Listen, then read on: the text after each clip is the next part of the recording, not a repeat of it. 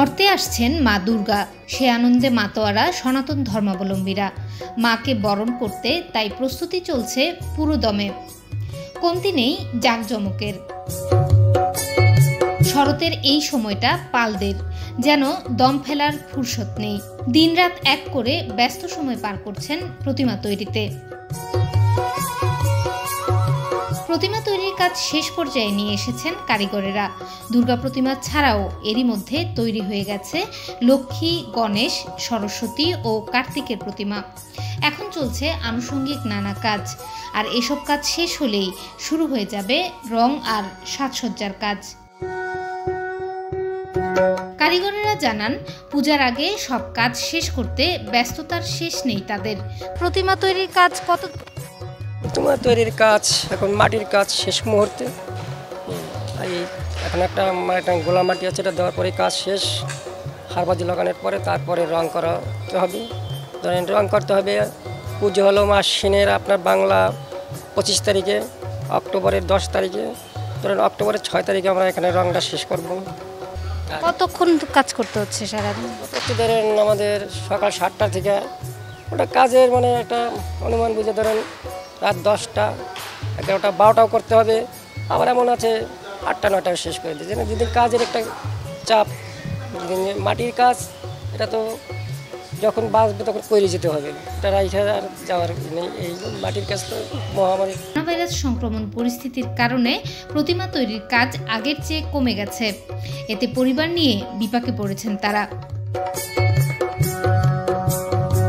বর্তমানে মহামারী করোনায় তো ব্যয়বহুল অনেকে হয়। ব্যয়বহুল যেভাবে ব্যয়বহুল হচ্ছে সেভাবে আমাদের আসলে সেটা পাইতেছি না।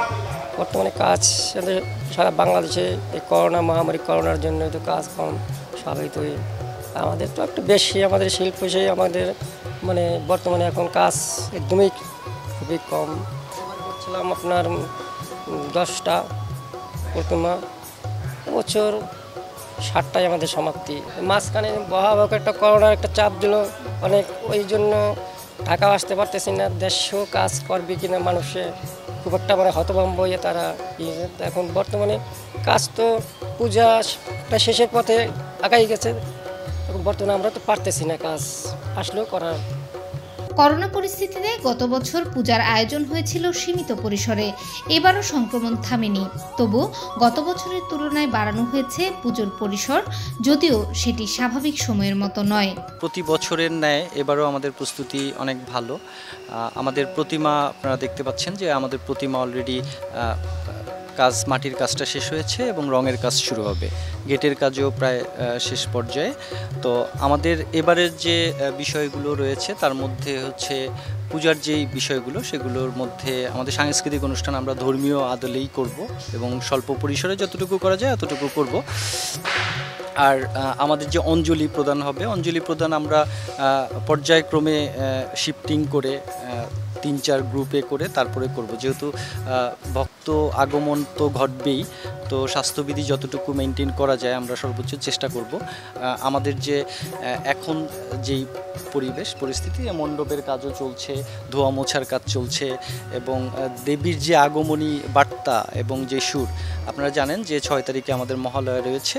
মহালয়ার অনুষ্ঠানের মাধ্যমে দেবীর আগমন ঘটবে এবং দেবীর পূজা অর্চনা শুরু হবে। মহামারী পরিস্থিতি মাথায় রেখে মণ্ডপগুলোতে নেওয়া হয়েছে নানা ব্যবস্থা।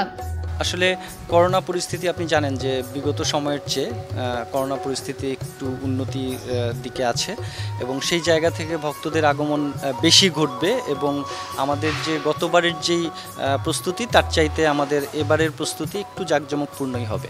আমরা গেটে হ্যান্ড স্যানিটাইজ করে ভেতরে মন্দিরের ভেতরে প্রবেশ করতে হবে এবং আমরা মন্দির কমিটির পক্ষ থেকে আমরা ফ্রি মাস্ক প্রদান করব। মাস্ক ছাড়া কেউ মন্দিরে প্রবেশ করতে পারবে না। প্রতিমা তৈরি ছাড়াও মণ্ডপের বাকি কাজগুলো চলছে পুরোদমে। গেট তৈরি, প্যান্ডেল তৈরি সহ বিভিন্ন কাজ এগিয়ে চলছে দ্রুত গতিতে। হিন্দু শাস্ত্র অনুযায়ী শরৎকালে দেবতারা ঘুমিয়ে থাকেন, কিন্তু রাবণকে বধ করার জন্য শ্রীরামচন্দ্র এই শরৎকালেই আহ্বান করেছিলেন শক্তির আধার দেবী দুর্গাকে। এই পূজাকে তাই অকালবোধনও বলা হয়ে থাকে। সেই অকাল বোধনই কালক্রমে বাঙালি সনাতন ধর্মাবলম্বীদের কাছে পরিণত হয়েছে প্রধান উৎসবে।